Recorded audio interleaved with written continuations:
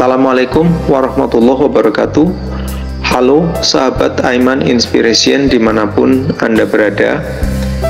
Selamat bertemu kembali di channel kami, Story Edukasi dan Inspirasi. Di video kali ini kami akan membahas tentang sebuah fenomena resiko dan bahaya besar yang bisa dan telah menimpa banyak orang. Namun anehnya sahabat, fenomena ini berulang terus-menerus, bahkan menimbulkan candu, ketagihan bagi para pelakunya. Mari kita simak videonya.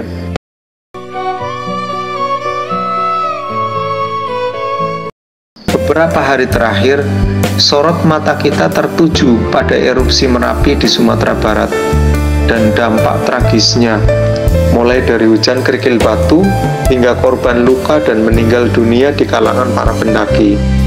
Situs jelajahlagi.id mencatat sebanyak 149 korban meninggal dunia akibat pendakian gunung berapi di Indonesia dalam kurun waktu 10 tahun terakhir, dari 1 Januari 2013 hingga Desember 2023, termasuk 23 korban terbaru dari erupsi Merapi pada 3 Desember 2023 beberapa hari yang lalu.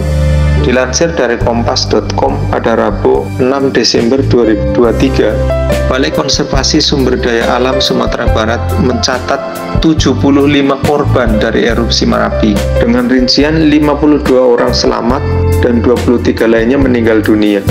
Banyaknya korban meninggal dunia terkait aktivitas pendakian yang cukup signifikan dalam satu dekade ini tentu menimbulkan pertanyaan, mengapa harus ada begitu banyak korban setiap tahun dalam kegiatan yang seharusnya menghadirkan nuansa rekreatif, nuansa refreshing ini?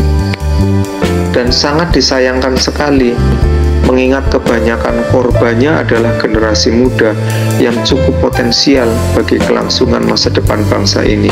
Mereka para korban sebagian besar adalah pelajar dan mahasiswa, karena ikon pendakian itu sendiri memang sangat berkaitan dengan tantangan, uji nyali, dan pencapaian target atau penaklukan, yang itu semua merupakan passion bagi generasi muda. Pendakian gunung memang merupakan aktivitas outdoor yang mempertaruhkan nyawa. Ada begitu banyak tantangan yang harus dihadapi para pendaki, seperti medan jalur yang sulit dilalui, pasokan air dan makanan yang juga sulit diperoleh, kondisi cuaca yang labil, hujan, badai, petir, dan bencana alam yang sering mengintai. Bahkan yang paling fatal adalah kemungkinan terjadinya erupsi secara tiba-tiba, sebagaimana yang terjadi pada Merapi 3 Desember yang lalu. Meski demikian, semua masalah yang kami sebutkan di atas tidak pernah membuat surut hasrat para pendaki untuk menjalankan aktivitas pendakiannya. Setidaknya ini bisa dilihat dari jumlah pendaki yang terus meningkat dari tahun ke tahun. Apa sebenarnya yang mendorong seseorang untuk melakukan aktivitas pendakian dan cenderung mengulangi pendakian berikutnya secara terus-menerus, seperti candu yang membuat pemakainya menjadi ketagihan? Berikut ini kami merangkum dari beberapa sumber yang menjelaskan tentang adanya dorongan yang kuat pada diri seseorang untuk melakukan pendakian, bahkan cenderung ketagihan untuk terus mendaki dan mendaki puncak gunung. Pertama, pencapaian dan kepuasan prestasi. Mencapai puncak memberikan rasa prestasi, merangsang hormon dopamin, meningkatkan mood, dan membangkitkan kepuasan diri. Kedua, keterhubungan dengan alam. Pendakian memberikan pengalaman langsung dengan alam, memicu perasaan keterhubungan, ketenangan, dan kekaguman terhadap keindahan alam. Yang berikutnya, tantangan dan pengembangan diri.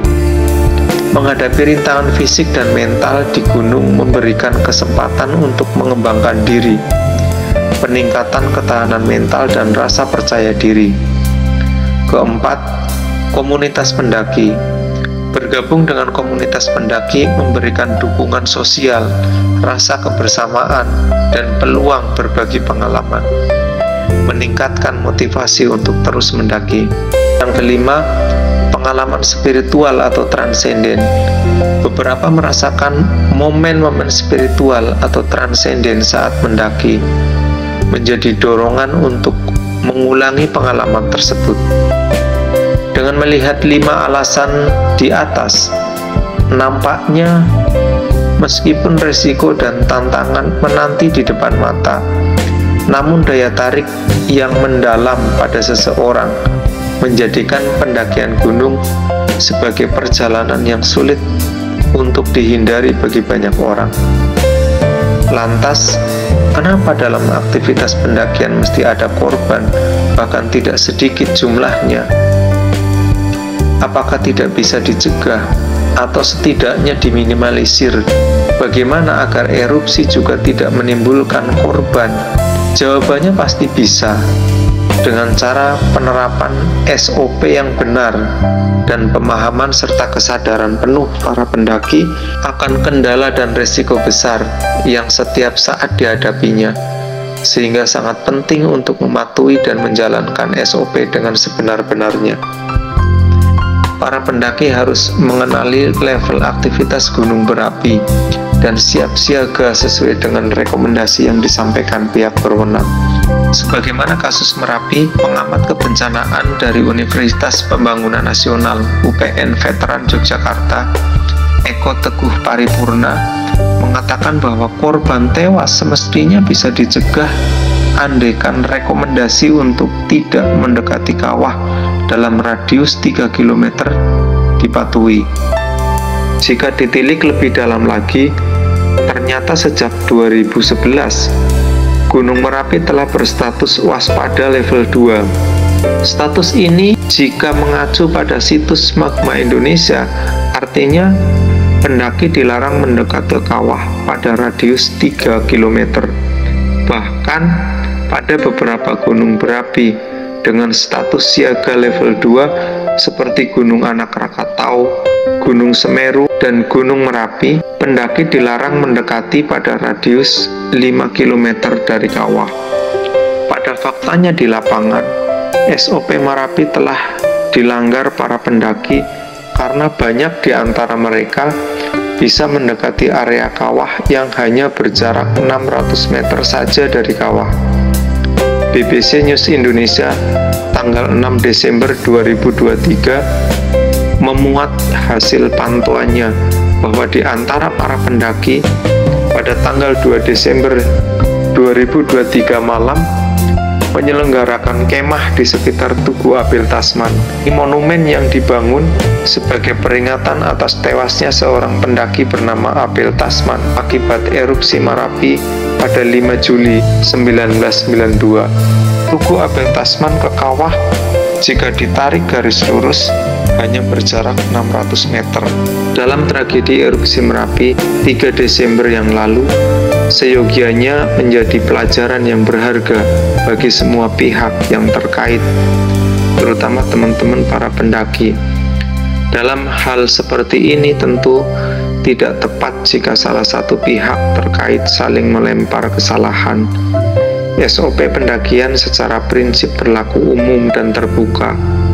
Jadi sebaiknya siapapun yang memiliki keinginan untuk melakukan aktivitas pendakian harus belajar kembali agar memahami untuk kemudian membangun kesadaran akan pentingnya mematuhi SOP demi keselamatan bersama. Pesan khusus kami untuk para pendaki, tingkatkan pengetahuan Anda tentang pendakian, selalu berhati-hati, waspada dan ikuti SOP yang berlaku, serta jangan lupa berdoa pada Tuhan Yang Maha Esa.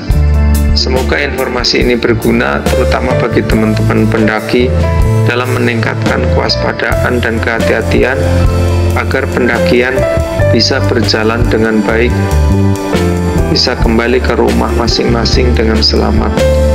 Terima kasih. Assalamualaikum warahmatullahi wabarakatuh.